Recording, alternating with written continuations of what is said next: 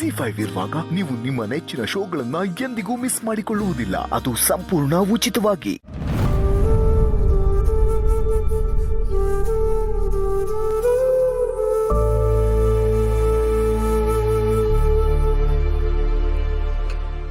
Miss ಅಪ್ಪ ಹೆಂಗ ಸಾಕು ಕೊಡಿ.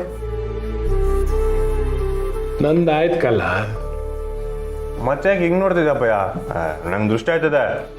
ನಿನ್ಗಲ್ಲ, ಇಡೀ ಮನೆಗೆ ದೃಷ್ಟಿ ಆಗೈತೆ. ಅದಕ್ಕೆ ಏನು ಮಾಡೋಕೊಂಡ್ರು ಉಲ್ಟಾ ಹೊಡಿತೈತೆ.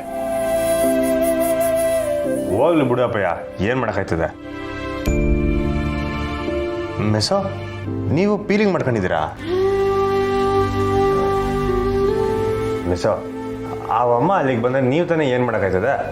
ಹೋಗ್ಲಿ ಬಿಡಿ ಮಿಸ್ಸೋ. ತಂಗಿವ ಸಣ್ಣಗೊಳ್ತಾನೆ. ನೆಕ್ಸ್ಟ್ ವೀಕ್ ಸ್ಕ್ಯಾನಿಂಗ್ ಕರ್ಕೊಂಡು ಹೋಗ್ಬೇಕು. ಅವಸರ ಪಟ್ಬಿಟ್ವೇನೋ ಅಂತ ಅನಿಸ್ತೈತೆ. ಯಾಕೋ ಪದೇ ಪದೇ ನಂಜಮ್ಮ ಎದುರಾಗಿದ್ದು ಒಳ್ಳೆ ಸಗುನ ಅಂತ ಅನಿಸ್ತಿಲ್ಲ. ಅಪ್ಪಯ್ಯ, ಅವಮ್ಮ ಏನು ಕರಿಬೇಕೆ? ಸಗ್ನ ಸರಿಗಿಲ್ಲ ನನಗೆ.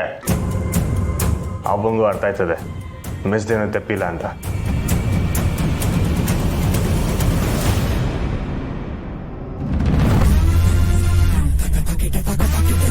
ಸ್ನೇಹ, ನಿಂತ್ಕೋ. ತಲೆ ಕೆಡ್ಸ್ಕೊತಿದ್ಯಾ? ನಂಜಮ್ಮ ಅಲ್ಲಿಗೆ ಹೇಗ್ ಬಂದ್ಲು ಅಂತ?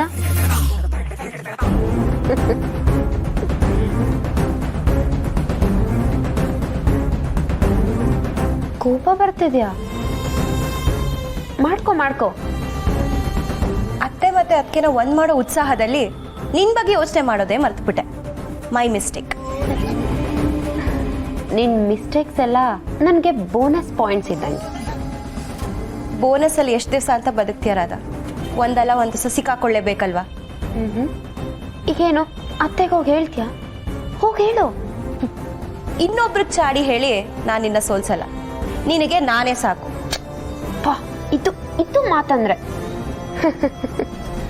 ನೀನ್ ನನ್ನ ಸೋಲ್ಸೋ ಅಷ್ಟರಲ್ಲಿ ಕಂಟಿ ಮಾವ ನನ್ನವನಾಗಿರ್ತಾನೆ.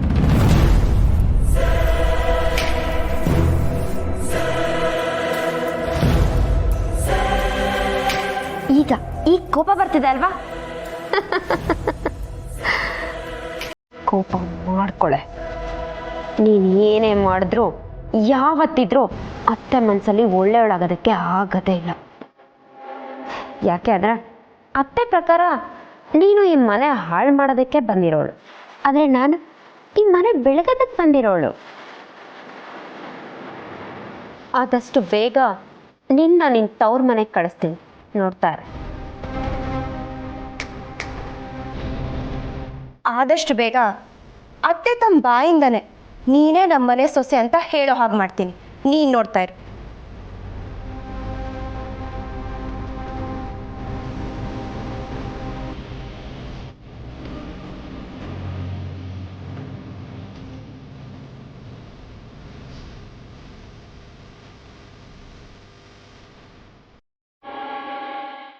Z5 ಆಪ್ ಡೌನ್ಲೋಡ್ ಮಾಡಿ ಎಲ್ಲಾ ಸಂಚಿಕೆಗಳನ್ನು ಸಂಪೂರ್ಣ ಉಚಿತವಾಗಿ ನೋಡಿ.